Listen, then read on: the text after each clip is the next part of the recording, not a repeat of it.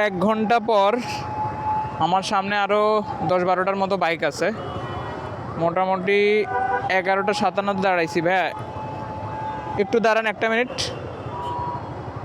মোটামুটি 11টা 57 দাঁড়াইছি, এখন 12টা 53 বাজে, মানে 5 মিনিট কম 1 ঘন্টার মধ্যে প্রায় তেল নেওয়ার উপক্রম হয়েছে। একটা প্রাইভেট কারকে জিজ্ঞেস করলাম, ভাই কতক্ষণ, মানে আমার পাশাপাশি ওনার সামনে আর 7-8টার মতো কার আছে।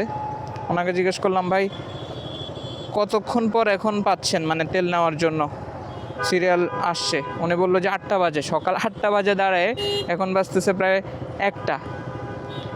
সকাল 8টা বাজে দাঁড়ায় এখন এই 4-5 ঘন্টা পর উনি মানে লাইন পাইলো, মানে তেল নেওয়ার জন্য সে সিরিয়ালটা আসছে।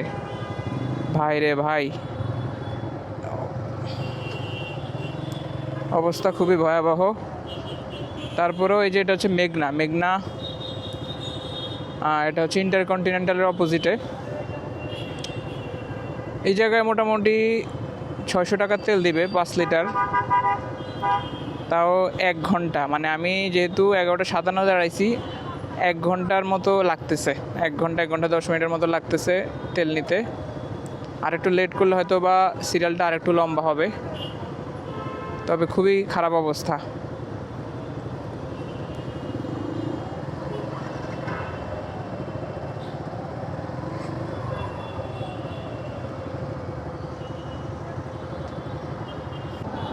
ভাই এই রোদের মধ্যে দাঁড়ায় তেল নেওয়া, আমি লিটারালি ঘামাইতেছি, এত পরিমাণে গরম লাগতেছে।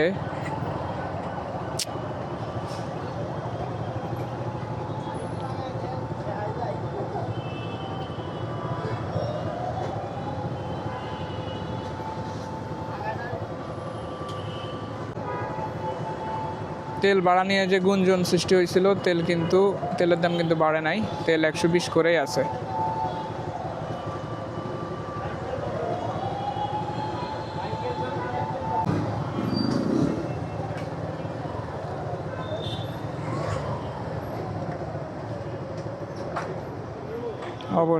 অবশেষে তেল নিচ্ছি।